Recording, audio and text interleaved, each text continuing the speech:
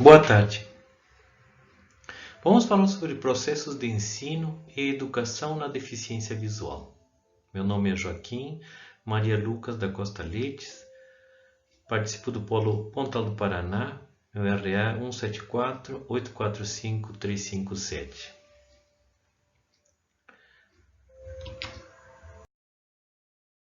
Através da história, podemos observar que na antiguidade, na colonização, as pessoas com deficiência eram excluídas ou eram retiradas do grupo social por terem algum contratempo ou dificuldade, seja ela de qualquer forma, visual, degenerativa,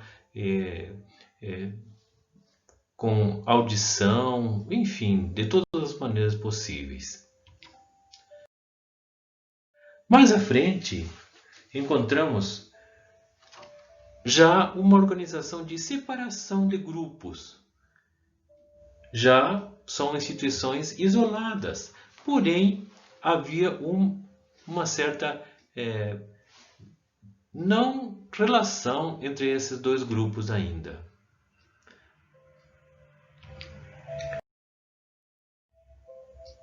Continuando, mais à frente, já começa a haver uma integração de grupos e de pessoas com dificuldades e não dificuldades. Porém, as instituições escolares ainda tinham certa situação de não aceitar muito bem essa integração, ou por dificuldade, ou por realmente discriminação, seja como for, não eram bem integrados. Mais à frente,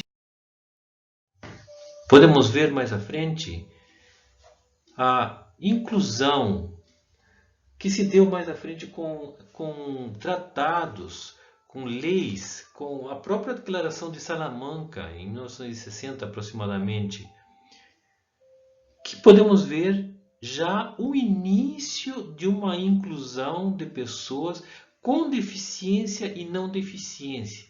Já havia um agrupamento mais homogêneo nessa situação. Seguindo para o MEC, realmente o público de educação inclusiva ou especial são aquelas pessoas que são consideradas com deficiência auditiva, visual, física e intelectual, ou aqueles superdotados, podemos até dizer, e com transtornos globais de desenvolvimento e superdotação. São aquelas pessoas com altas habilidades.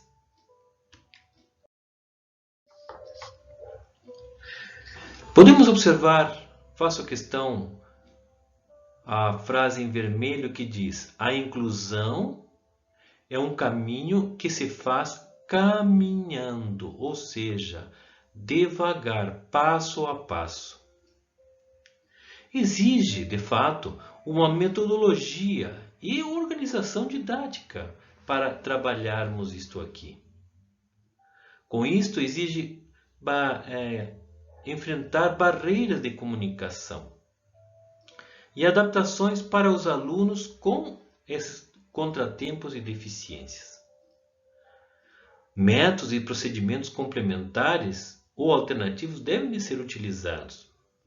A organização diferenciada de sala de aula também deve atender ao aluno com esse contratempo e aos que não têm contratempo também. Recursos específicos de acesso ao currículo também devem de ser dados atenção. E principalmente a igualdade educacional. Todos são iguais.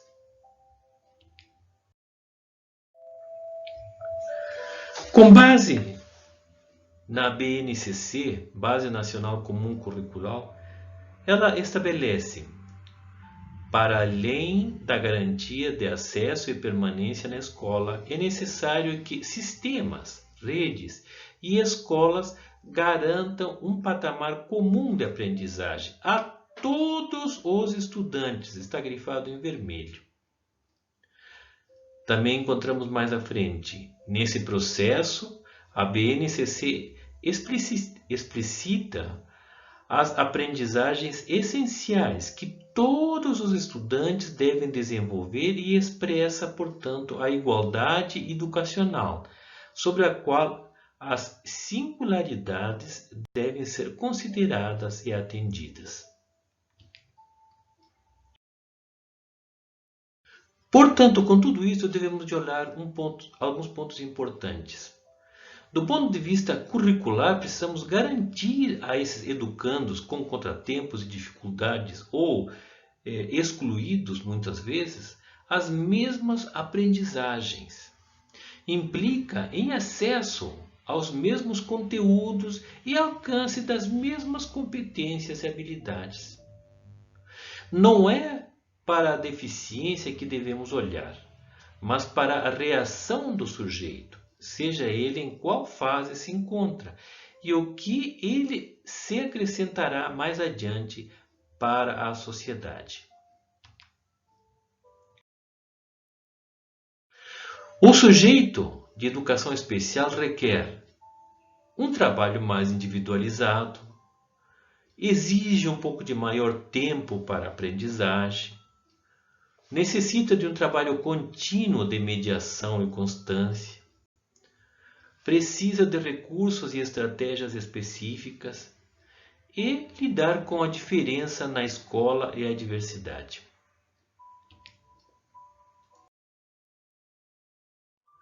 As pessoas com deficiência visual, por exemplo, devem ser enriquecidas com orientação e mobilidades necessárias, como dar atenção ao conhecimento corporal, em esquema corporal, conceito corporal, imagem corporal, planos do corpo e suas partes, lateralidade e direcionalidade, posição com relação ao espaço, forma, medidas, ações, topografia, textura e temperatura.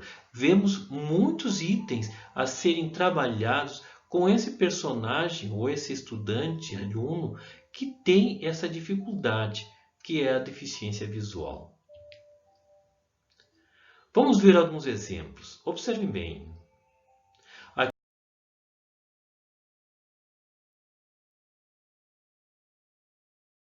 temos um grupo à esquerda tentando jogar futebol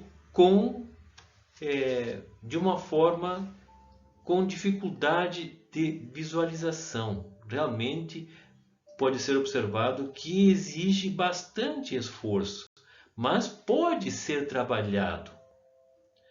À direita vemos a orientação dada a uma pessoa com deficiência visual a saber como andar ou se locomover nas ruas e calçadas principalmente. Também devem ser desenvolvidos tópicos como audiodescrição, porque ele vai ter que desenvolver mais qualificação com referência à audição, porque vai ser a forma de comunicação que essa pessoa vai ter. Ela vai ter que desenvolver um sistema tátil, uma orientação e mobilidade. O uso de soroban muitas vezes se faz necessário para poder compreender e aprender. Existem características perceptuais que devem ser trabalhadas e desenvolvidas. A visão funcional também deve ser muito atendida. E principalmente o comprometimento educacional com todos os tipos de ampliação, letra, contraste, etc. Podemos dar. Vejam aqui mais dois exemplos.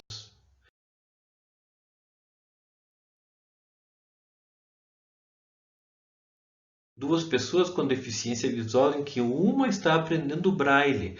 A pessoa à direita e o professor, o aluno e o professor estão juntos para mostrar e demonstrar o que representa aqueles pontinhos a mais e qual letra ou situação está sendo demonstrada para ele poder compreender.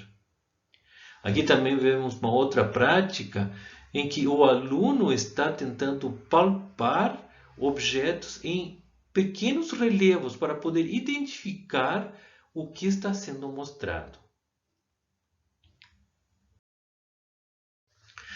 Para um trabalho com dificuldade visual, a instituição educacional deve o quê? Providenciar a aquisição de instrumentos e equipamentos que favoreçam a comunicação escrita do aluno e sua participação nas diversas atividades da vida escolar.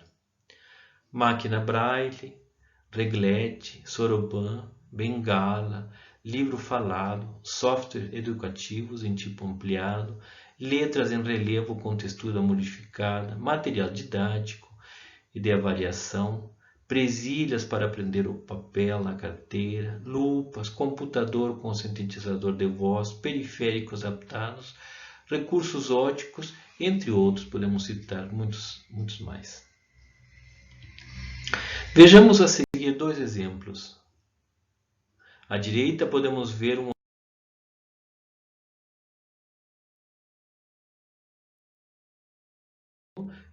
tentando usar uma máquina em que ele vai escrever braille.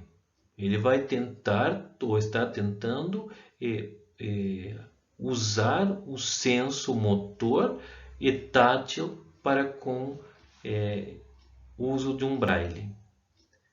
Também vemos à esquerda uma situação de uma menina em que está aprendendo ou visualizando letras com dificuldade visual, mas as letras estão mais ampliadas. Com isto, auxilia aquela pessoa, aquele estudante, aquele aluno que não está compreendendo a letra. E ao colocar essas letras na ordem que está sendo apresentado, favorece a ela o aprendizado correto da linguagem e do idioma.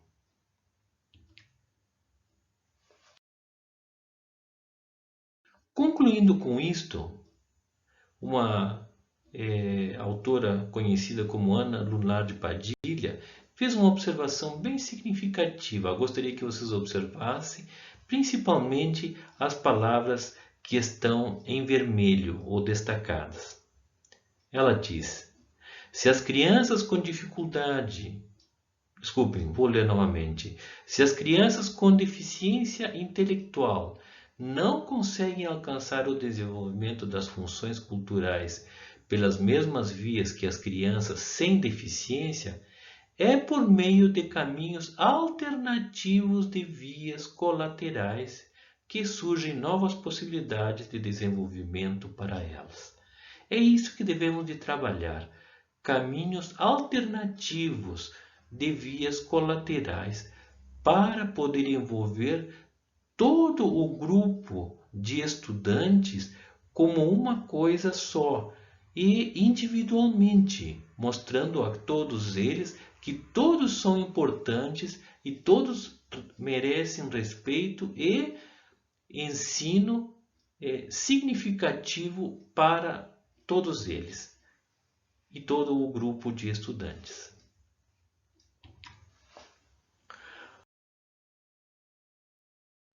Muito obrigado pela atenção. Obrigado. Sucesso.